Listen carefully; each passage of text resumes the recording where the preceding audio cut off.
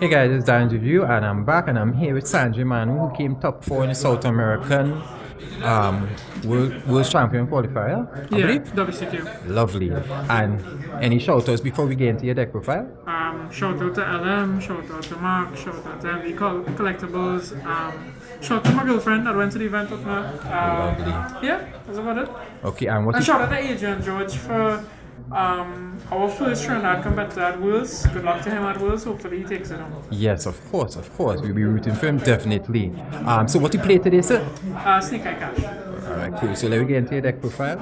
Alright, so I went with 3 Witch, 2 Unicorn, 2 Fenrir. Put them facing me, huh? Oh yeah. So 3 Witch, 2 Unicorn, 2 Fenrir. Well basically I went with a heavier cash package. The build that I used to win the Trinidad Nationals, I kind of followed from it. Only a couple of changes were made because I ended up testing the hand trap build, all of the builds, and I realized that that build was probably the most consistent. So that's that. 3 Snake Eye Ash, 2 Poplar, 1 Oak, 1 Flambridge, Yeah. and 1 Snake Eye Diabalsa.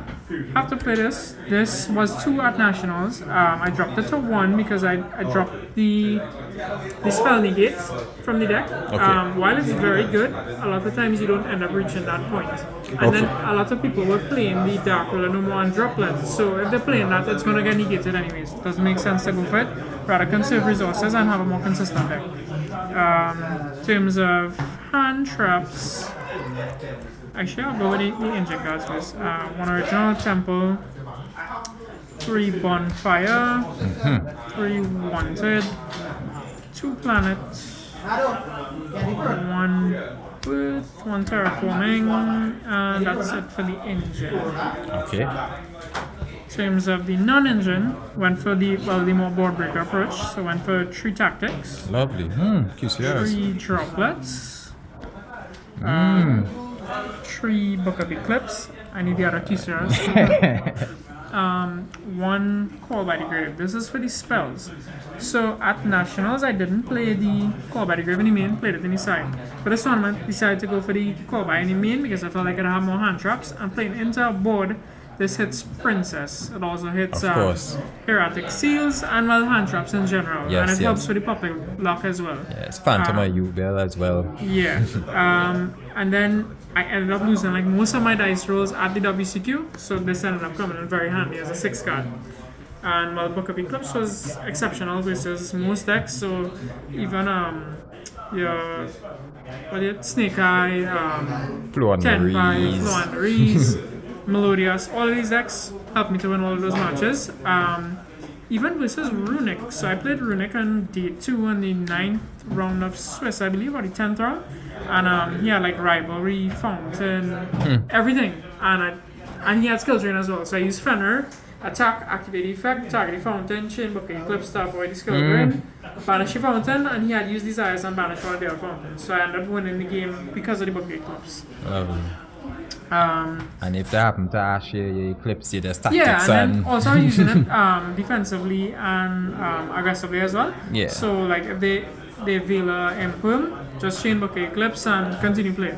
Yes. Hand traps, I went with 3 Impum and 3 Ash Blossoms. The Ash Blossoms is more for like the rogue matchups. I don't like it in the mirror match, and I don't want to play into tactics. Yeah. So sometimes I even held it in my hand if I realized my hand was strong enough. Yeah. Impum, just general coverage, and this also covers Labyrinth and Brand.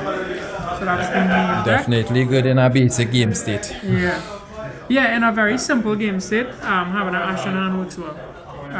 Then for the extra deck, I have 1 Anima, 1 IP, 1 Nightmare Phoenix, Heater, Dark, SP, just the basics here, Princess, Celine, Access Code, Appaloosa, Zelantis, Raging, Underworld, Dracosac, and Typhon.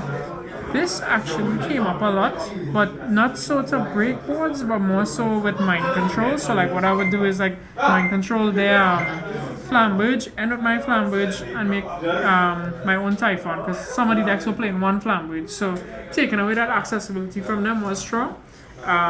This came up like almost every match, I would say, but tactics, because I knew a lot of people would be on tactics, so I choose to cut the Pope Harbinger for this. So most of the time I just make this, and a lot of people didn't know the rule and that tactics can't take it. So that's that. Yeah, you have to target it. Yeah. Side deck went for 3 skill drain, 1 silver, 1 anti-spell.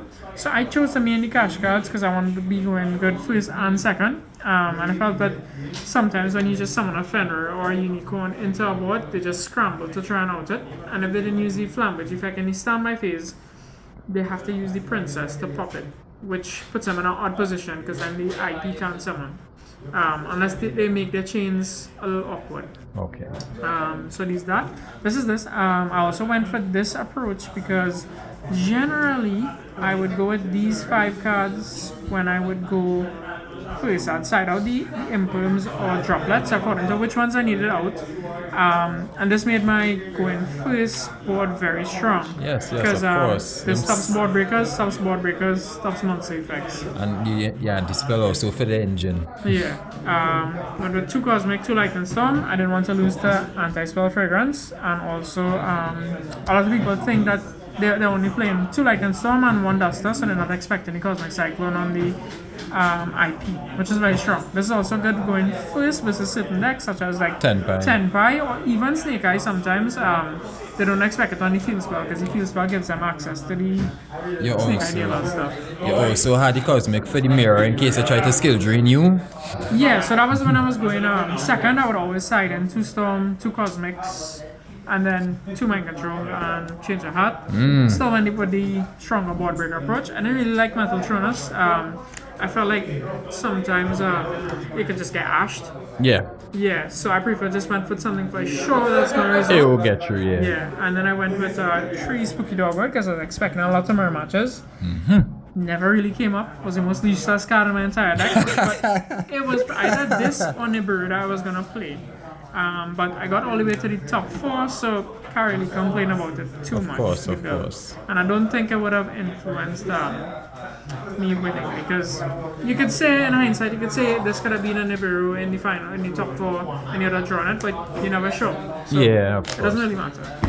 Well, that's it for the deck. Well, we have a ban list on the horizon coming soon. If the deck's still strong enough, you think it may continue, or? Yeah, I mean, I'm going to continue with Snake Eye. I think it's one of the best decks that I've ever played in Yu-Gi-Oh! And yes, I've played Tail Elements before, but I find that they're very similar in how they play. I know I've won a lot with Tail Elements. I understand both decks, but this is the closest thing to Tail Elements I've had since then. And in Tier 0 formats, I think I play well in because I'm good at the mirrors. Alright, well, congratulations. Excellent performance. You represented the country excellently. You understand? And next year for Worlds for you, sir. Next year for Worlds for sure. Definitely. Alright, we're out.